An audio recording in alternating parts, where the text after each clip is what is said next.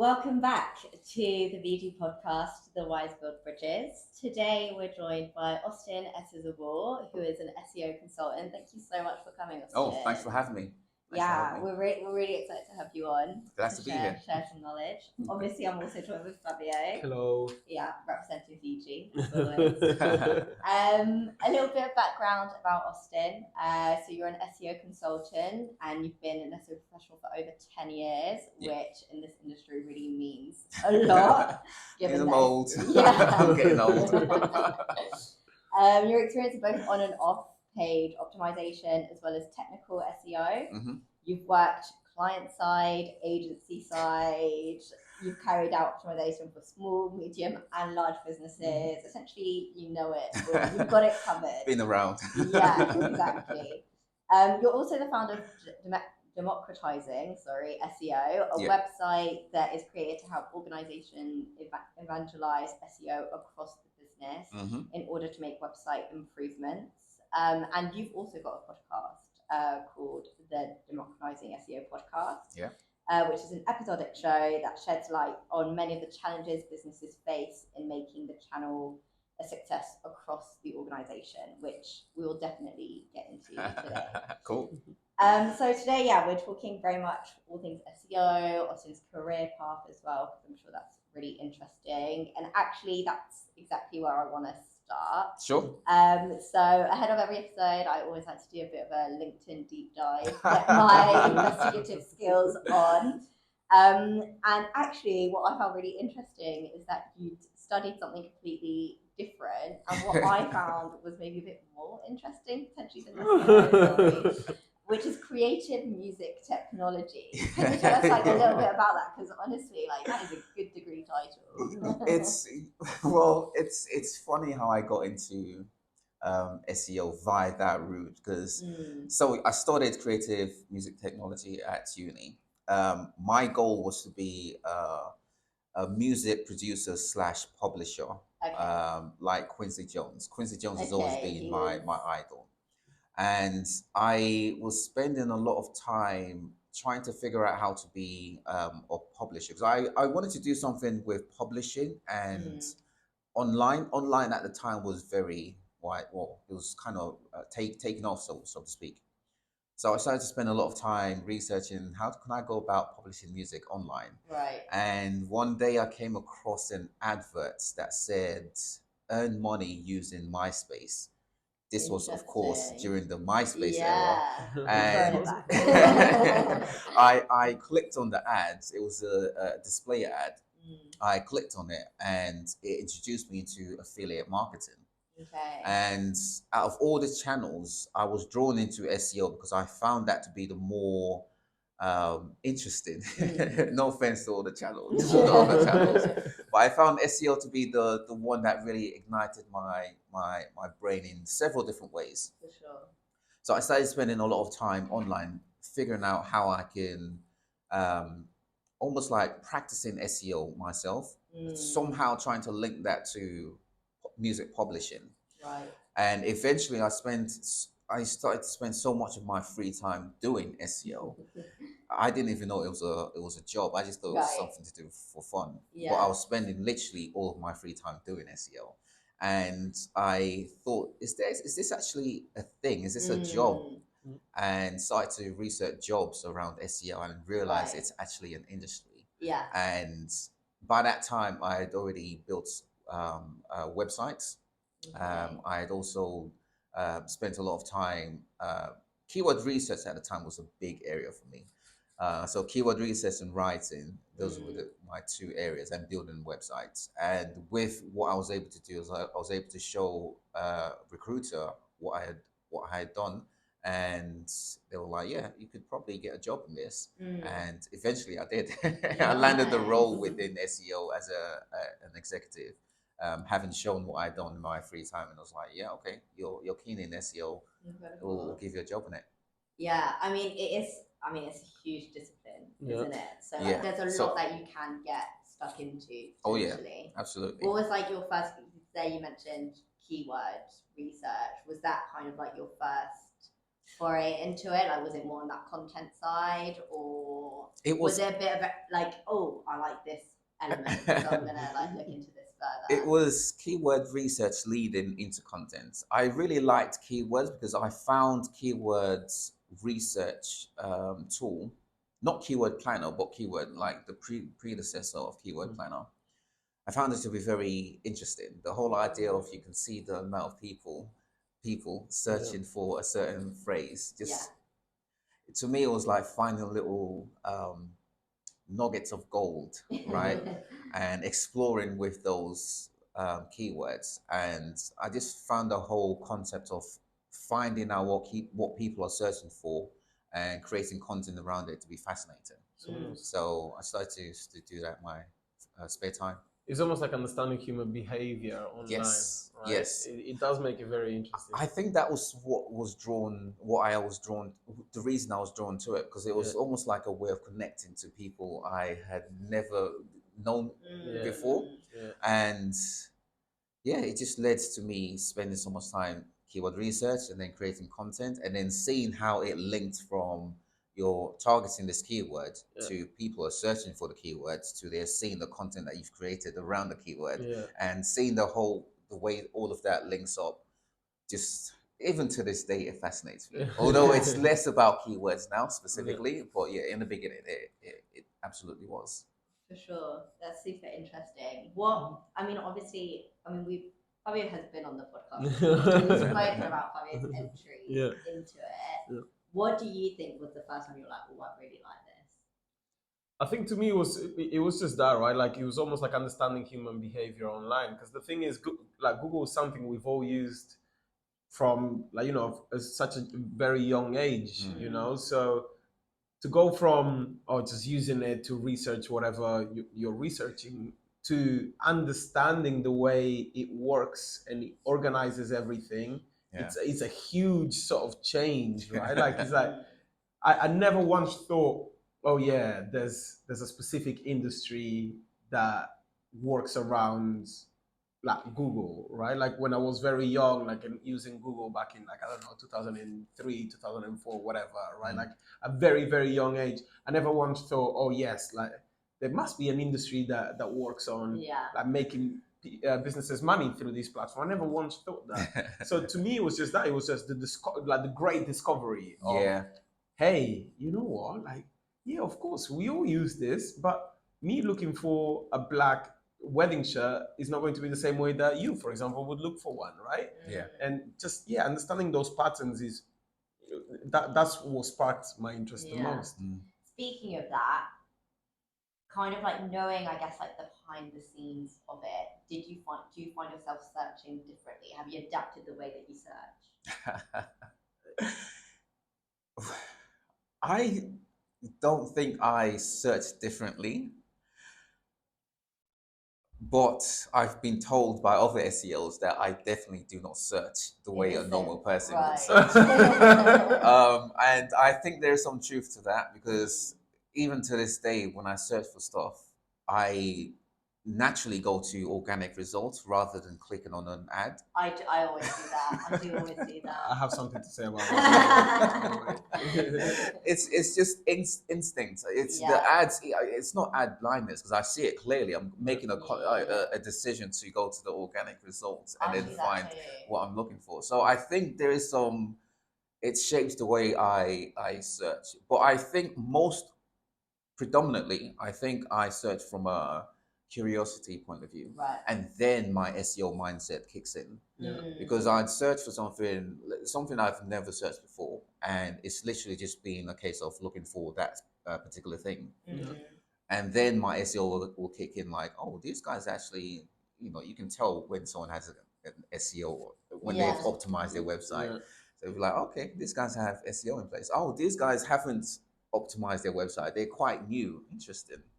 Okay.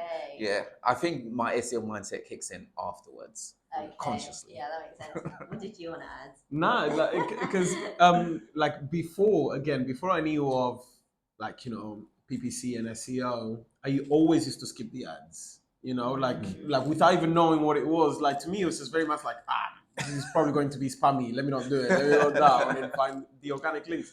or I didn't even know there were organic links back in the day. But the moment, obviously, the more I learned about the industry and understood digital marketing in general, I don't know why I grew these sort of competitive hatred towards PPC. I don't know why. I love PPC nowadays as well, but something in my mind is always like, nah, SEO is better. So one thing I like to do sometimes is, if I know I'm going to bounce back anyway, I normally do click on the ad, make whatever company, make them pay, and then I leave the site anyway, so that they start thinking, yeah, maybe I need to invest on SEO, so I'm not wasting money here. I do that sometimes, and maybe I shouldn't be revealing that on camera, but I'm sure I know a number of SEOs that do that. I'm sure they still do that to this day. No, that bounce rate. Yeah. I just assume, I make the assumption that the organic links, even before really knowing about SEO, they're going to be the more relevant ones. I don't know if it's because we've also, I mean, I don't know that we should be revealing it, but we've grown up in streaming, and maybe it's not always legal, let's say, and then we get used to pop-ups. And like for me, an ad is like a pop-up. A fact. And so I'm just like, I don't want, like, this isn't relevant to me. I don't want this. Like, this isn't going to get me the information that I want. And so I just automatically, I'm just like, no, like, let me go to like the first like legit link. And like that might. I feel like that's kind of what has stuck. I feel like a lot of people are like that, you know. Honestly, I bet. Yeah, but what would be interesting would be to know if, like, I think generationally that would change, because even I don't know whether I read it on Twitter or if I was having a conversation with someone who was younger, but they're not used to, like, I guess more illegal streaming stuff. Like, I think there was a thing on Twitter, like, show your age, and then like LimeWire popped up, and like loads of people don't know what LimeWire is, which was crazy.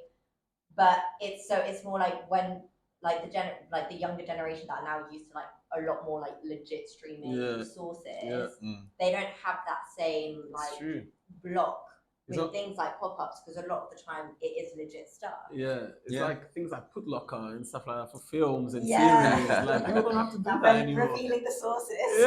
Sorry. Again, maybe I should speak about this. Very legit. Now we are. Ask my bank account about it. You know?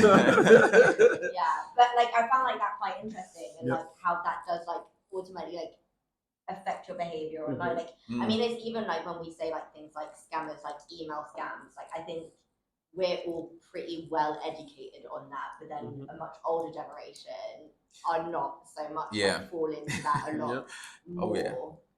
So no, that's an interesting one. To go back to you, Austine, so once you kind of like discovered SEO and you started working, you worked, I mean, we mentioned in your intro, you've worked for quite a few agencies, kind of like on both sides, and you were like kind of changing on quite a regular basis. Now I think it's something that's really common that is done.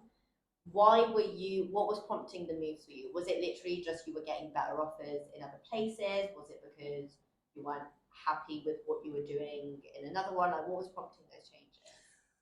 So I've worked both client side and agency side. I think because I started client side, I've seen the way, in my opinion, SEO should be done, as far as marketing goes. And I find I have almost a love-hate relationship with some agencies. Not all, but some agencies, they're very... I find SEO at some agencies, especially the higher up you go, the more your role becomes about selling SEO rather than doing SEO. My interest in SEO has been in actually doing like, I consider myself a marketer, not a salesperson. And a marketer as an SEO. Some agencies, they focus on the selling of SEO, and the deliverables or delivering for the client isn't there at all.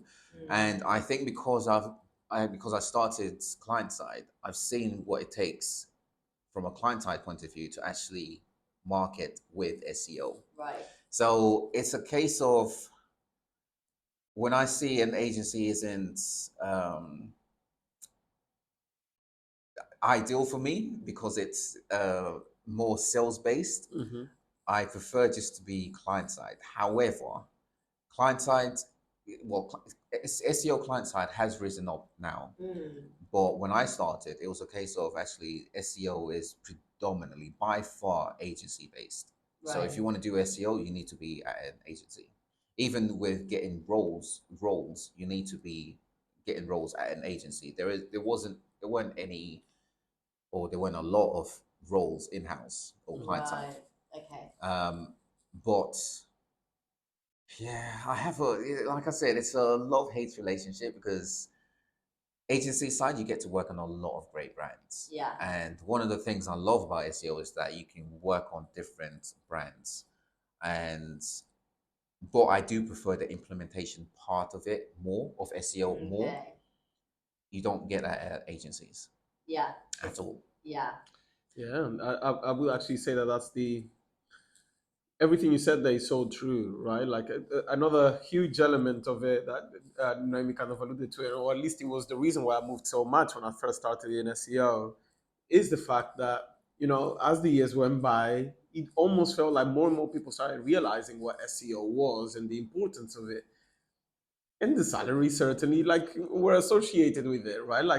I remember it perfectly, making a huge jump of I don't know, about a 15K jump from role to role, because I was like, I remember the offer being on my table and me being like, why would I say no to that? And I presented it to my employer at the time. They were like, yeah, we can't match that. I was like, yeah, I guess I'm moving. Like as years went by, like the salaries in SEO certainly went up. But the one thing you mentioned there is the implementation aspect of it, right? I always find it interesting how, like, the majority of agencies in the country, at least, because I'm not going to say the world as I haven't researched it, but the country at least, everything is so based on recommendations, And one of the most popular things is, as an SEO, you spend so long creating these super comprehensive audits because you feel like, again, like your agency is charging a specific amount for this, and you want to leave a long-lasting impression with the client. So you spend so much time on audits that that the moment they get passed over to the client, they probably won't be implemented correctly or at all. It will get to the main stakeholder. Yes. And that stakeholder will then have to spend weeks, most likely months, and in one or two cases, years, trying that I've experienced, trying to get the business to actually approve it. Yeah, either approve it from a business level point of view and or operationally. So a tech audit, for example. Agency side, you work on the tech audits. It's brilliant. You send it to the main stakeholder, and that person, let's say, is an SEO person in-house, client side.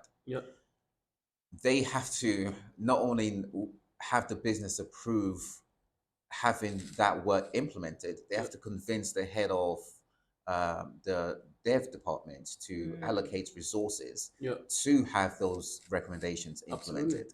And that battle is one that literally can take months. Honestly. Especially if the dev department haven't been included in the briefing stage of the work. Because all of that, from their point of view, developers' point of view, they're focused on their workload, their tickets, and they'll see SEO work and they'll literally consider it SEO work, and that's a problem in itself.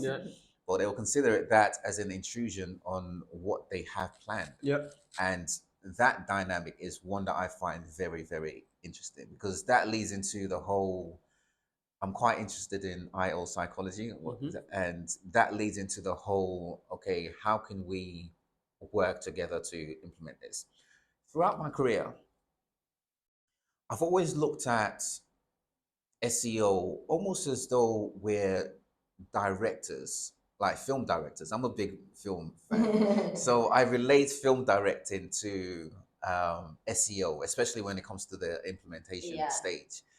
And I noticed not a lot of people view it that way. They almost view it as they look at it more from a business point of view, which is understandable, but I come from it from a different point of view. It's like, okay, we need to get our team together, different departments together to achieve this specific goal. It's led by the SEO, yes, but it's still something that benefits the business. Yeah. So things like SEO work, ideally shouldn't be the case. Another pet peeve of mine, similar to SEO work, would be SEO keywords.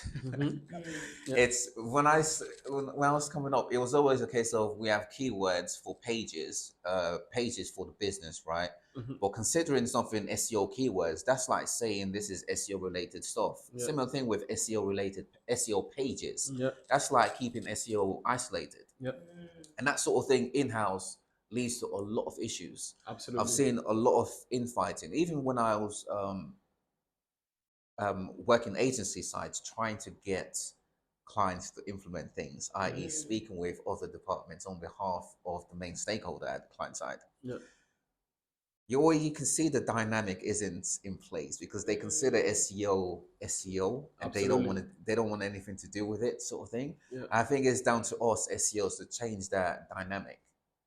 Especially in-house. It's a particular issue in-house. You get those sort of things agency side and also in-house with tools like search metrics, for example, but it's acutely a problem client side.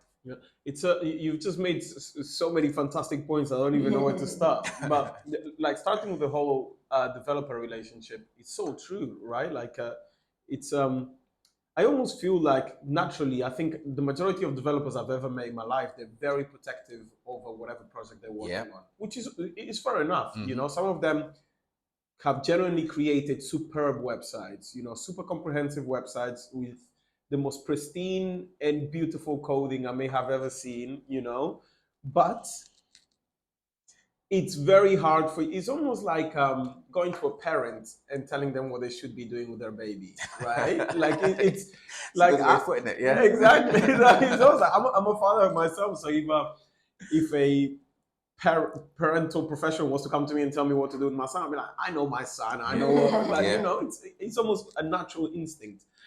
Is the film director thing made me laugh because I do something very similar, but I like to call us doctors. So to me, honestly, I look at websites and I'm like, okay, I'm the doctor. But if it comes to surgery, I'm gonna pass it over to the surgeon, and the surgeon is the developer in my mind. And it's very hard. That's one of the things we try to tackle here, right? Like we've got developers in house. Yes, it's still, with all the love in the world to them, it's still a challenge. It's still a challenge because there's a lot of times where they're like, oh, but this is a lot harder than what the other is making it out to be and stuff like that. But the biggest challenge of all is when we try to collaborate with the developers that are working for our clients. That's the toughest thing. Because it's, as you just said, it's like the moment we reach out to them, okay, here are the SEO guys again, you know, and then it's like, okay, yeah, I can do this in about 7 months. Okay, great. In 6 months, I have a renewal conversation. What do we do now? You know, no work has been done, you know, so it's tough. Honestly, you said so many great points that right now, like I can't even remember. But focusing mainly on that, the developer side of things is perhaps the biggest challenge when it comes to SEO, right? Like because obviously everyone loves content and content is magnificent. Everyone loves links, and I think links won't die for at least for a long time, even though Google tries to tell us otherwise. But the foundation of it will always be technical. Right? And it's the toughest egg to crack. I think so. Going back to like 10 or so years ago, we had a similar thing. We as in like an SEO as an industry overall, we had a similar thing with content writers, copywriters, I should say. But I think we're a lot closer with copywriters now. And I think the way we communicate is more in line with the way copywriters like to receive communication. The way developers like to receive communication, I don't think we've quite. I don't think we've quite cracked it just yet. But it's something that we definitely needs to improve because we absolutely need them. And with that, thinking of it from a client side point of view, these are internal teams client side. What happens when you have an SEO agency, a developer agency, a content agency? that dynamic, oh my It's goodness, impossible. it's yeah, it's damn near almost Yeah. impossible. Yeah, that's why there's those roles now. I forget the name of it. Is the role of like the person that is responsible to handle communication amongst Almost like a project all the manager. suppliers. Yeah. Yeah, yeah, precisely. It's like, It's funny you mentioned that. Project management as an SEO specific project manager is something that I'm seeing growing client Yeah. side. Yeah. I know three client clients. side. Yeah, I That's know three interesting. clients off the top of my head that have an SEO project manager, specifically that title, Wow. and that just shows the value that they put on SEO these Yeah. days. It's great that they have that now. With those companies, it led to that from an issue. Yeah. Yeah. The issue being they were hit by an algorithm update. Yeah. And when something like that happens in client side, an algorithm update, it's the SEO's issue, right? Yeah. But the SEO will say we have these, they can go back to the recommendation. We have this documentation. This is our recommendation we've had for 7 months. Yeah. We've been trying to get this implemented for 7 months. Yeah. Within that time, an algorithm update has occurred and we've been hit by it. It is not our fault that you, the business, haven't been able to implement this. Yeah. It's this person's fault, this person's fault. That leads to a lot of infighting, Yeah. Finger pointing. big time. Yeah. And it's just a case of business leadership look at all of that and say, might Yeah. as well just get rid of the friggin' Yeah. all of them Yeah. and hire an agency. Yeah. And that leads to a bigger issue Yeah. when it comes to, okay, an agency will give you recommendations, but that's not the issue. The issue is internally. The issue is with the implementation. Yeah. That awareness of SEO isn't at where it should be right now, in-house, client side. Yeah. Yeah, which I think segues beautifully to what you're doing now, which Yeah. is democratizing. I will get there. There will be a way that I can say it, but democratizing SEO in terms of really getting, I guess, like full business participation and everyone really understanding the dynamics of that. Like, how did that kind of start? Where did that start? Were you kind of like freelancing first and then you were like, oh, this is what I'm going to build? Or whilst you were either agency or client side, you were like, this is what's needed, I'm going to build it? So there's a story to that. I think throughout my career led to a specific moment where it came to me like a song I wrote, I like to say, to quote Biggie. But it was a moment where it just dawned on me like, this is something that's going to be on an increase in the coming years. And it's something that I've seen because I have that client side and agency side experience. I've seen that it's essential, client side. And I remember specifically when I came up with the term democratizing SEO. In fact, let me backtrack a little. I've always been very interested in the evangelizing SEO across businesses. So when I was either client side or agency side, I always focused on the implementation and speaking with the different teams and whatnot. So the evangelizing SEO was a big thing for me. I was on a bus one day heading home from the gym. It was a Sunday. I know it was a Sunday because I went to a different branch on a Sunday. And I remember specifically where I was. I was on the bus heading home, and it literally just came into my mind, democratizing SEO. That name just stuck in my mind. And all of a sudden, I had all these almost like pathways. And I thought, okay, I couldn't wait to get home to start writing stuff.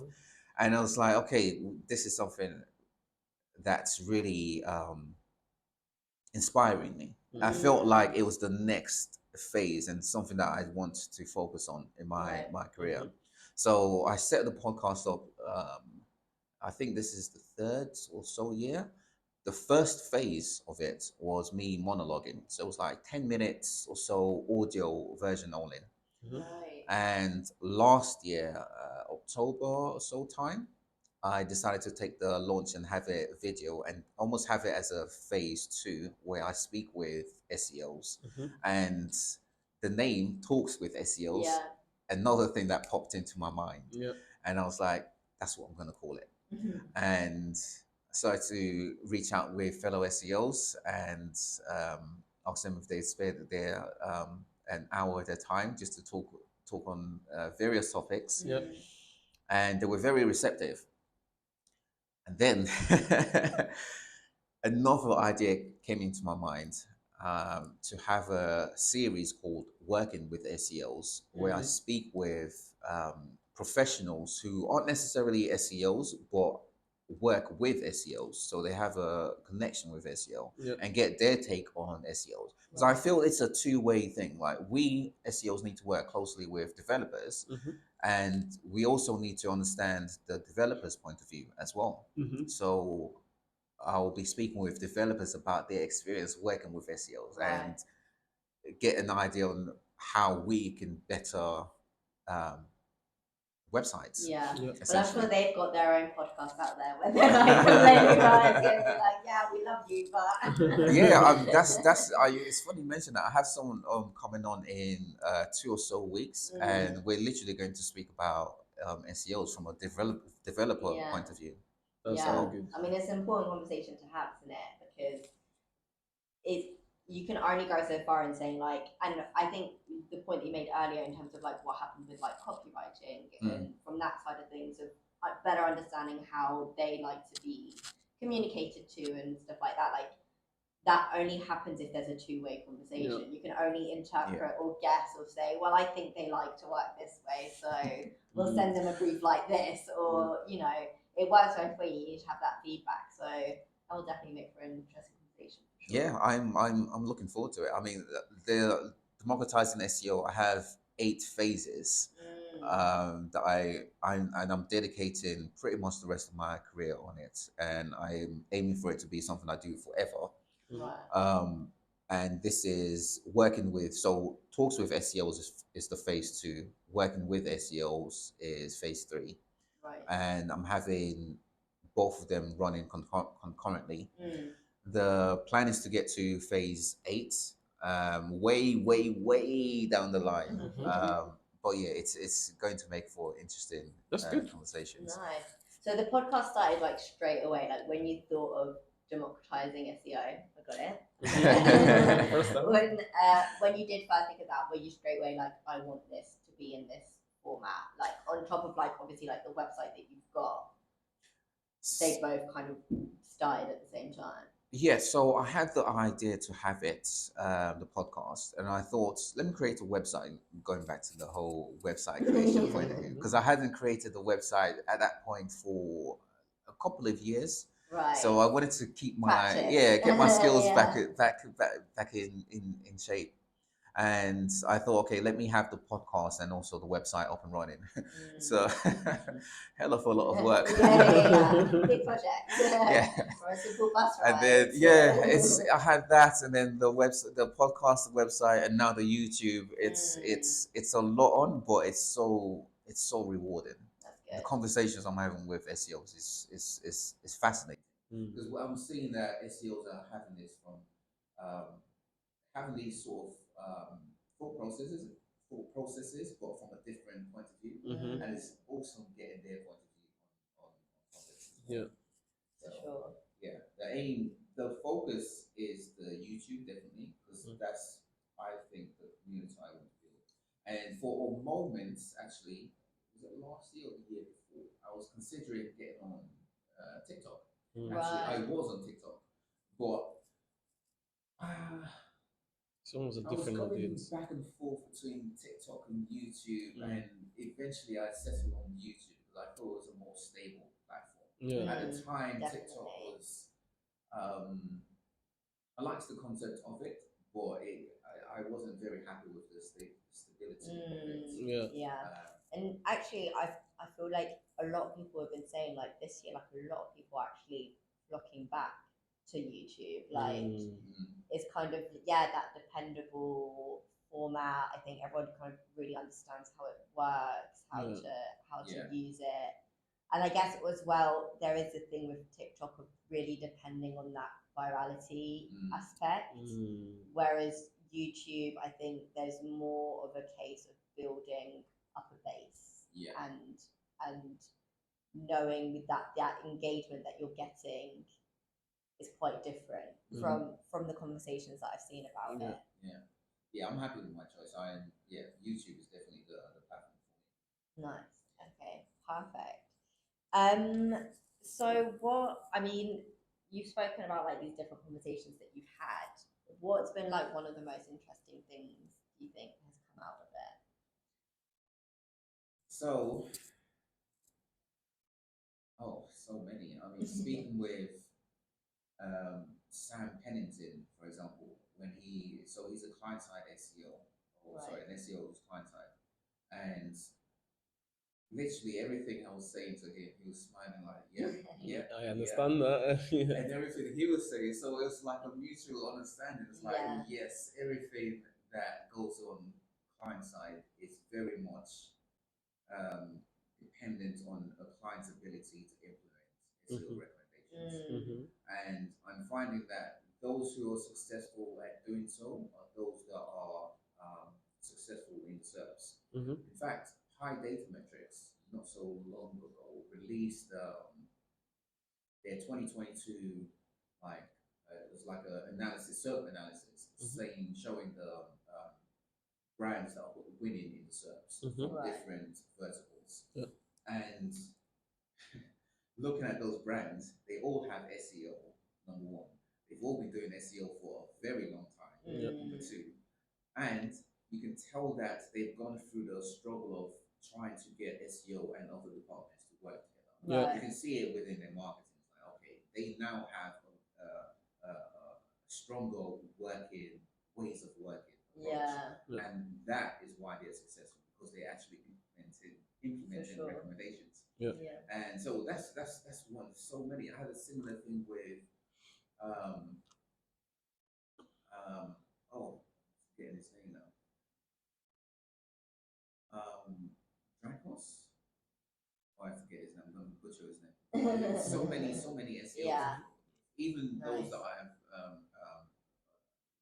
are upcoming releases. Some of the things that they say is just like, wow, this is something that I think SEO should be listening to, and marketers who work with SEO should also be listening to, because it gives you that little bit of insight into having the awareness of SEO improve from different points of view. So a copywriter, developer, PR, they all require different awarenesses of SEO, and SEOs need to tailor it to those different people. So the people I'm speaking with, they're all working with different types of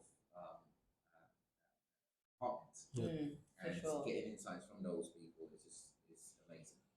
Yeah, I mean the example you just gave of like the research by Data Metrics did is true, right? Because you can almost feel it as an SEO yourself, right? Like when you see certain websites. I mean, one I speak about quite a lot, or I use quite a lot as an example with my clients, is ASOS, right?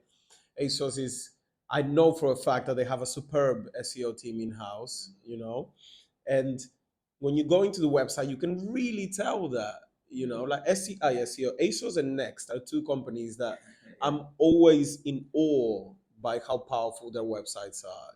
You can really tell that there's a great synergy in house with even their socials team, and then their website / SEO team, right? Like it's the synergy in the content that they put out and how well that then marries up from, say, Instagram to the website is fantastic.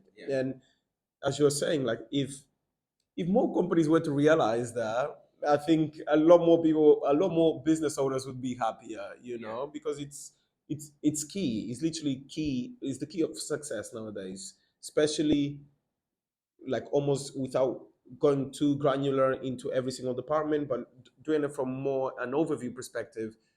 Socials and the website team, the SEO team, if they find synergy, you've unlocked the game. It's funny you mentioned two the teams there. When I spoke with Morley from Wix, they were saying That's that they another. actually view SEO and PR as one thing. Yeah. And So do we. looking at that from a client side point of view, that's almost unheard of. Yeah. Because I don't think clients are there yet, because they view PR very differently to SEO. Yeah. And in my experience, PR, they don't want SEOs interfering with their business. Yeah. They're not so keen on SEO. So there's this battle that SEOs have to go through to get them on their side. I mean, Wix is one of the companies I was actually thinking about, right? Because what they've done over the past, let's say, 3 years is crazy, right? Like, and everyone can see it. Everyone can see the people that they're hiring. They're very well-known SEOs, and their sort of like objective is so clear. Like, they truly believe that if they make the CMS as friendly to SEOs as possible, more and more SEOs will probably use the CMS with their own clients. And you can really see it working, right? Like, which is, I'm not quite surprised that they use that. For them, PR and SEO is the same thing, right? Like, it's obviously, it's very different to think of PR as just digital PR and then think of PR as a traditional PR, but I'm not surprised that it's no different for them, right? Because you can see it is the benefits that Wix have. Like, I remember Wix almost being a school project CMS, right? Like, you use it for a quick project back in the day. Nowadays, it's like the amount of stuff you can do on it and how easy it is to understand, even for non-SEOs, is superb. And that's a company that really realized, hey, yeah, like if I make SEOs work on this and I just give them free reign, because that's what they've done, free reign to really make it become a not only an educational thing. So they use SEO in-house for their own company, but they then also, you see them all in so many events talking about SEO. You know, not talking about Wix, talking about SEO, which the is founder's very keen on SEO. He believes in SEO 100%. Yeah. And I've worked with some brands that have that SEO first mindset. As far as digital is concerned, and they tend not to publicize it, because they view it as something that could be a threat to them, because they think competition response sort of thing. But they have SEO. They have an SEO first mindset. Hence why some of those companies have an SEO project manager. They understand the value of SEO. Makes sense. It just made me laugh to hear you saying, like, the whole, I don't want to announce them SEO first because of the competition. Honestly, I've heard that so many times, so many times that people that literally say, yeah, I don't want to say I do SEO because I don't want, in very specific niches where you can tell that no one really does SEO and they all rank because no one else is doing anything. So, like, someone needs to rank essentially. But you can really tell the ones that are doing it, they're just silent about it. It's so interesting. Yeah, it is. Nice. We've got to the point of the podcast. I like to do a little game, kind of close things off, kind of quick fire. And today we're playing a word association. So the idea is the first word that comes to mind after I've said word. Okay, are you ready for this? Okay. They're not meant to like trip you up, right? But, we're getting into the mind stuff. Sure. Let's do it. Nice. Okay. Well, first one maybe is an easy one. SEO. Demoratizing. Right. YouTube. Mr. Beast. Okay. Cool. Nice. I like that. Freelance. SEO. There's a theme. Creativity.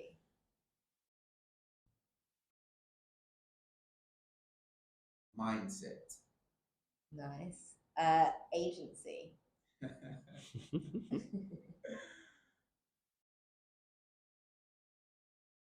First word. Too many come to mind. I know it's already crossed his mind. He doesn't want to say it.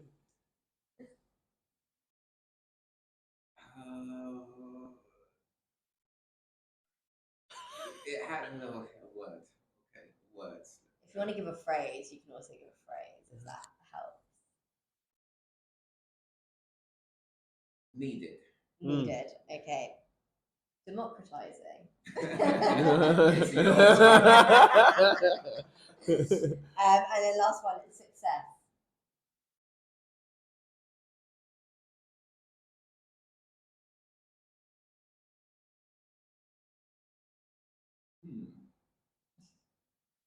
Ongoing. I like that. I love that. I was thinking journey. I was like, why am I thinking journey? And then the thought ongoing came to mind. That's very good. Yeah, love that. Well, thanks for participating in that little game.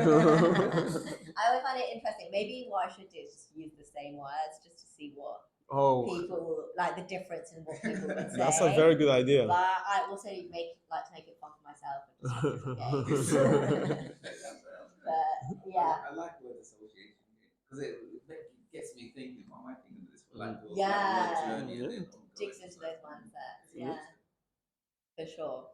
Well, thank you so much for coming on. We really appreciate it. It was really interesting. And I think it's one of actually like the first episodes we properly got into SEO. Yeah, it was fantastic. And like talking about the different structures, which is why I'm really glad that you're here, Fabio. So, because it would have been a very different conversation if it was just me. But yeah, no, honestly, it's super interesting, and it's always great to kind of be part of that conversation of like the industry evolving and like what things can be done better.